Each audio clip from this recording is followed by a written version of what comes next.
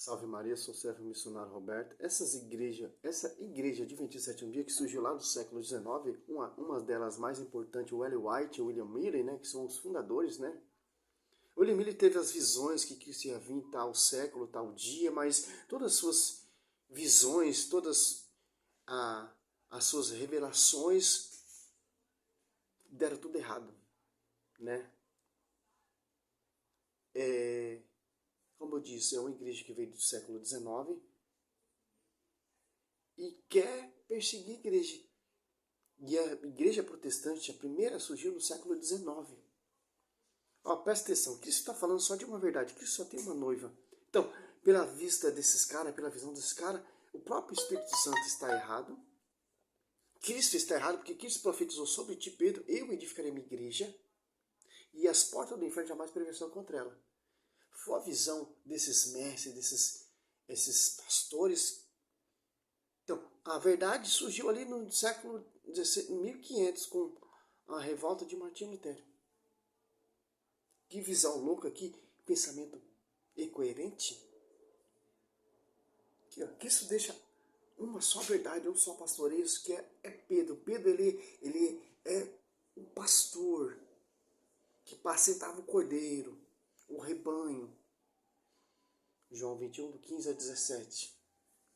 Não tem onde correr esse texto. Vamos ver. Gostaria de uma explicação do professor Leandro Quadros para o texto de Mateus 16, dos versos 17 ao 20. E a gente lê aqui, só um minutinho, temos aqui vamos ver aqui, onde é que está esse aqui? Twitter, muito bem. O verso 17 em diante diz o seguinte: Jesus afirmou: Simão, filho de João, você é feliz porque esta verdade não foi revelada a você por nenhum ser humano, mas veio diretamente do meu Pai, que está no céu. Portanto, eu lhe digo, você é Pedro, e sobre esta pedra construirei a minha igreja, e nem a morte poderá vencê-la. Eu lhe darei as chaves do reino do céu. O que você proibir na terra será proibido no céu, e o que permitir na terra será permitido no céu. O próprio Jesus dizendo isso. Então Jesus ordenou que os discípulos não contassem a ninguém que ele era o Messias. A questão é a seguinte, professor. Ela quer a explicação disso, mas muitos acham que aqui nesse texto Jesus está dando a Pedro o poder de... ele diz até que Pedro foi o primeiro Papa. Ele está dando aqui o poder do que ele, as chaves do céu. É isso mesmo, professor? Como entender esse texto aqui? Pedro realmente foi o primeiro. Uma observação, já fiz um vídeo falando, canal de protestante também, adventista, fala sério, pastor. Rodrigo Silva também distorce, católicos. Ó, presta atenção. Tem que estudar, tem que ler a escritura. A tradição e o magistério e a patrística, Eusébio Cesareia, são 45 volumes, se eu não me engano, né? Tem o primeiro, acho que é o Padre Apostólico, né? Que tem lá da origem, da raiz, do fundamento dos apóstolos. Se você estudar, você não vai se perder. Esses caras, eles estudam para perseguir a igreja. Estuda pesado. Papa? Pois olha, esse é um texto usado realmente, né, para provar que Pedro foi o primeiro Papa.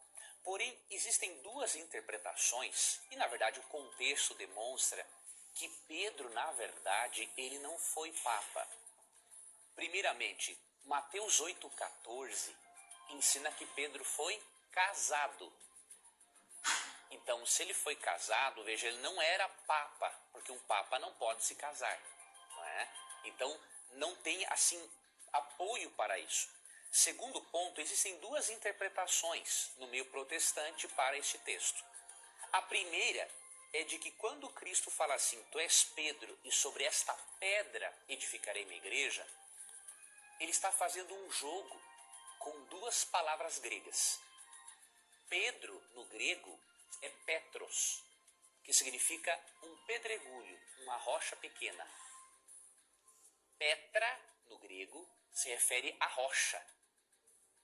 Então, Cristo estaria fazendo um jogo de palavras, dizendo o seguinte, tu és Pedro, ou seja, tu és uma pequena pedra, mas eu, Cristo, sobre esta pedra, fundarei a minha igreja.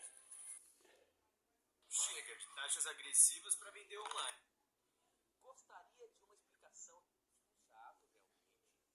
Você entendeu que ele fez essa profecia é um trocadilho. Cristo está falando de uma igreja futura, tanto que a igreja se torna pública em Atos dos Apóstolos 2. Primeiro a pregar foi quem? Pedro. Então, quem foi primeiro a edificar essa igreja que, sob ti, Pedro, eu fundarei? Sob ti, Pedro, eu edificarei minha igreja. Cristo fundou a igreja. Quem vai edificar essa igreja? Quem exprimiu a fé primeiro. Por isso que Pedro, ele é a pedra. Cefa, né? Pedra, em João 1,42. Dá o nome, tira de Pedro e coloca o nome de Pedro a Cefa. Primeiramente, Cristo já mudou o nome de Pedro para Cefa. E, segundo lugar, pastor, se cata aqui em João, claro que não tinha papa naquela época, a igreja está se estabilizando.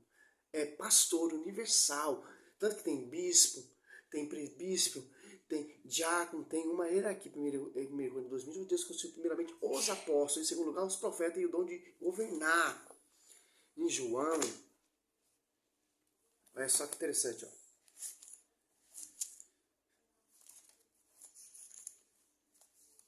João. Oi, nego. Já vai aí, tá? Olha só. 21, 15, ó. Tendo ele comido, Jesus perguntou a Simão: Simão Pedro, filho de João, ama-me mais do que esse? Respondeu ele: Sim, Senhor, tu sabes que te amo. Disse Jesus: apacenta meus cordeiros. Perguntou outra vez: Simão, filho de João, ama-me? Respondeu: Sim, Senhor, tu sabes que te amo. Disse Jesus: apacenta aos meus cordeiros. Ó. Perguntou pela terceira vez, pastor: Simão, filho de João, ama-me? Pedro estremeceu porque ele perguntou pela terceira vez. Respondeu: Sim, Senhor, tu sabes tudo, tu sabes que te amo. Diz Jesus: apacenta minhas ovelhas. Que está dando o que aqui? O dom de pastorear a Pedro. Pastorear quem? A sua igreja, que vai se tornar pública em Atos dos Apóstolos 2. Como é pastorear? Como é pastorear os 12 apóstolos? Tanto que teve um curso de 120 pessoas para eleger outra pessoa no lugar de Judas. Pedro organizou esse cursilho. Em Atos dos Apóstolos 15, 7, ali, Pedro bota a casa em dia, em ordem, bispo de Jerusalém de Tiago. Em Gálatas 2, 9, o apóstolo Paulo, quando se converteu, vai lá em Jerusalém ser reconhecido a graça por Tiago, que é o bispo de Jerusalém, e Cefa, que é o bispo do universal, que é Pedro, e João. Tanto que não fala mais Cefa, de acordo lá com João 1,42. Mas vamos lá. E também teve um envio, teve uma escolha, ó. Atos Apóstolos, desde o princípio até o dia em que, ter dado pelo Espírito Santo suas instruções aos apóstolos que eles escolheram, foi arrebatado. Pedro era casado. Sim, Pedro era casado. Se você catar aqui mais pra frente, Mateus. Oi, nego. Vai estar gravando, tá? Olha só. Mateus 19, ó, 27, ó. Pedro, então, tomando a palavra, disse: eis que deixamos tudo para te seguir. O que havia, então, para nós, ó? Deixou tudo para seguir Jesus Cristo. Para assumir o ministério apostolado. Para assumir o pastoreio de apacentar as ovelhas. Então não tem onde correr, pastor. Você pode distorcer, você pode mudar a escritura, você pode ter interpretação, várias interpretações. A interpretação é da igreja, a verdade é conhecida pela igreja. Efésios 3:10. Que ele tem a chave de ligar e desligar, porque surge todas as coisas, seus pés, a invisível e a invisível. Um só batismo, uma só fé, um só Espírito Santo. Efésios 4:5. Oi, nego, ela vai tirar foto hoje, hein? Tá espirrando, meu? Saiu aqui, mas tá bom. Oi? Pera aí, para gravar, tá? Primeiramente, Mateus 8,14 ensina que Pedro foi casado. Então, se ele foi casado, veja, ele não era papa, porque um papa não pode se casar. Não é? Então, não tem assim... Lê lá em isso, Moisés era casado. Moisés abandonou também, igual Pedro. Para seguir o pastoreio, ser o porta-voz de Deus. Que interessante, né? Mas vamos lá. Para isso. Segundo ponto, existem Eu tô duas sendo interpretações no meio protestante para este texto. A primeira é de que quando Cristo fala assim, tu és Pedro e sobre esta pedra edificarei minha igreja, ele está fazendo um jogo com duas palavras gregas. Eu já vi já. Pedro, no grego, Pedro, ou seja, tu és uma pequena pedra, mas eu, Cristo, sobre esta pedra... Aonde está isso na Bíblia que Pedro é a pequena pedra? Me mostra na Bíblia. Não é Pedro mais, o nome dele que se batizou para Cefa, em João 1,42. Então que o apóstolo Paulo em Gálatas 2,9, fui lá em Jerusalém e vi Tiago e Cefa e João, que são consideradas as colunas. Nesta pedra fundarei a minha igreja. Existe base bíblica para isso? Existe, né? Para essa interpretação. Por exemplo, em 1 Coríntios 3,11, o próprio apóstolo Paulo disse o seguinte: porque ninguém pode lançar outro fundamento, né? além do que foi posto, o qual é Jesus Cristo. Então, Paulo diz que o único fundamento mesmo da igreja é Cristo. O próprio Pedro... Sim, o fundamento de fundar é Cristo. E de edificar, Efésios 2,20, edificado sobre o fundamento fundamento dos apóstolos e profetas. Então, de fundar, o apóstolo Paulo fala, o fundamento de fundar, o fundador é Cristo.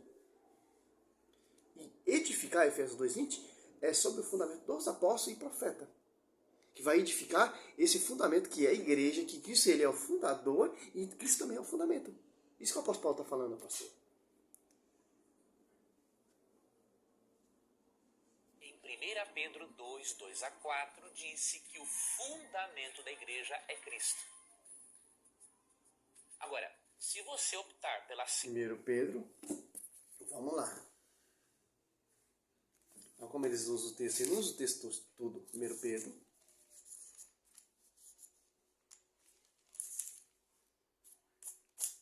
Olha só que interessante.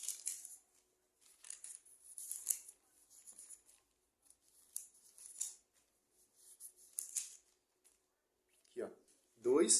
1 Pedro 2,4. Achegai-vos a ele, pedra viva, que os homens rejeitaram, mas escolhida e preciosa aos olhos de Deus. E quais a outra pedra viva, vós também vós tornais os materiais deste edifício, ó, espirituais, a um sacerdócio santo, para oferecer a vítima espirituais, agradável a Deus, por Jesus Cristo. Ó. Quem vai fazer o sacrifício expiatório? As pedras vivas. Quem é essas pedras vivas? Pedro, os apóstolos, os sacerdotes, que são o sucessor dos apóstolos. Então, eles catam só o 4 para falar que Cristo ele é a pedra. Sim, pedra, o fundamento é Cristo. A pedra é Cristo. Mas quem vai fazer o sacrifício expiatório e lembrar a memória? Aqui, ó, os sacerdotes, que são as pedras vivas, que vai edificar esse edifício que é o corpo místico de Cristo. Então, Cristo ele é a pedra, Pedro ele é a pedra viva que irá edificar esse edifício, mas não o fundamento da igreja. Sobre ti, Pedro, eu fundarei a minha igreja, ó, eu edificarei a minha igreja. Então já tem uma igreja fundada e esse fundamento que é a pedra Pedro que vai edificar essa igreja. E os apóstolos. Quem é? O sacerdote. Quem vai fazer o quê? O sacrifício de Cristo. Autorização do sacrifício. Ofereção vítima. Vítima não. A Eucaristia. Aos quais outras pedras vivas. Ó.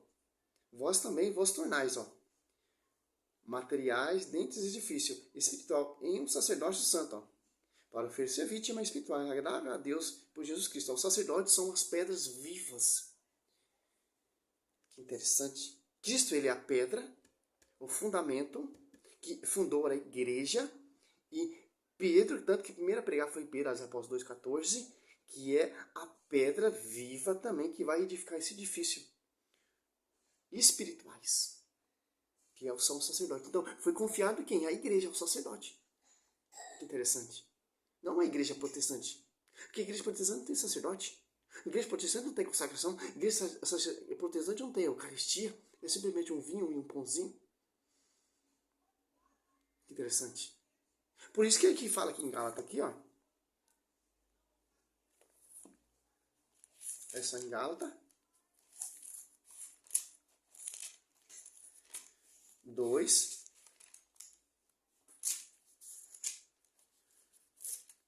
9, ó. Tiago, Cefa, que são consideradas as colunas, que reconhecendo a graça, me foi dado, deram a mão a minha e a Barnabé em sinal de primeira coisa. Quer dizer o que, ó? São as colunas, que são as pedras vivas desse corpo místico. Então não tem onde correr, pastor. Quer combater a igreja católica, a própria igreja, com a Bíblia da igreja? Segundo a interpretação protestante do texto, de que Cristo poderia ter falado assim também, ó. Tu és Pedro e sobre esta pedra, ou seja, sobre a sua declaração de fé, eu edificarei a minha igreja. Também é possível essa interpretação. Alguns protestantes optam por ela, por julgarem ela mais de acordo com o contexto de Mateus 16. Porém, independente da situação, da interpretação que você aceitar, fato é que tanto o apóstolo Pedro, em 1 Pedro 2, 2-4, ou 4-6, quanto Paulo, em 1 Coríntios 3:11 e em Efésios 2:20, jamais ensinaram que Pedro fosse o primeiro papa. Pelo contrário, ambos ensinaram que o fundamento da igreja é o próprio Jesus Cristo. Muito bem. Que distorção, hein, meu? O próprio Cristo reconhece que Pedro deu a chave a Pedro, deu o pastoreio a Pedro. Tanto que o apóstolo Paulo lá em Jerusalém reconhecia a graça também para Tiago, que é bispo de Jerusalém, bispo universal é Pedro. E tanto que em João 1 ali, ó. Olha só que interessante, eu vou mostrar uma coisa muito interessante, ó. João 1, 42. Levou Jesus, e Jesus, fichando nele, olhou os olhos, disse: Tu és Simão, filho de João, será chamado Cefa, que significa pedra. Agora você vem aqui, ó, em Gálatas. Mas já vai, tá, nego? Olha só que interessante o Gálatas. O mesmo termo que Jesus usou, o apóstolo Paulo também usou. Aqui, ó. Tiago e Cefa. Tu és Simão, filho de João, será chamado Cefa. E o apóstolo Paulo reconhece que é Cefa mesmo. Por quê? O Cefa, ele é o pastor que vai pastorear, tanto que reconheceram a graça de Paulo. E tanto que o apóstolo Paulo, quando foi batizado, foi pelo membro do corpo da igreja. Ananias. O Cornélio também foi batizado pelo membro do corpo da igreja. Pedro. Então não tem onde correr, meu irmão. Pedro era casado, mas Pedro abandonou tudo. Se você ver como vê nos evangelhos, para seguir o ministério apostolado. Moisés também, ele era casado, tinha 2 filhos. Abandonou tudo para servir o ministério apostolado, ou pastoreio de ser porta-voz de Cristo. Olha só aqui, prefiguração de Moisés e prefiguração de Pedro. Caixa certinho. Pedro, ele é o porta-voz do Novo Testamento também, que é o pastor da igreja. E Moisés é o porta-voz lá da Torá, do Pentateuco, que abandonou tudo também. Que interessante, né? Simples. Os caras querem usar a escritura contra a igreja, mas não tem como, cara. Aqui, ó. Quer conhecer mais sobre a igreja, quando Cristo foi levado naquela nuvem? Aqui, ó. Eusébio de Cesareia. Pedro pregando ali em Roma, a antiga Roma pagana, que o paganismo ali reinava. Pedro foi pregar ali, combater aquele herege, aquele mago, Simão, né? E Pedro pregando, o discípulo São Marcos sentiu no coração por Espírito Santo de escrever que Pedro estava pregando. Depois Pedro ficou ciente, Pedro deu autoridade para escrever, e tanto que ele foi enviado lá ao Egito e pregava que Pedro, ele pregava que Pedro estava falando, que ele tinha escrito a pregação de Pedro, cheio do Espírito Santo, por ação do Espírito Santo, e o evangelista São Marcos ia escrevendo, e tanto que ele foi enviado lá ao Egito e pregava lá nas comunidades o que ele escreveu. Que interessante. Aqui, ó, patrística. Então não tem como correr. Eu estou estudando a patrística também, que é muito interessante, porque os protestantes distorcem muito a patrística. Esse aqui é meu primeiro livro. Eusébio de Cesareia, historiador eclesiástico, né? Conta lá que aconteceu lá no livro de Atos dos Apóstolos. E a Babilônia ali é a Roma, em 1 Pedro 5,13. E o discípulo ali, o São Marcos, não viu Jesus Cristo. Mas era discípulo de Pedro. Interessante esse livro aqui, ó. Ó, ano 312 e 317. Eusébio de Cesareia, bispo lá, né? Salve Maria, sou servo missionário Roberto.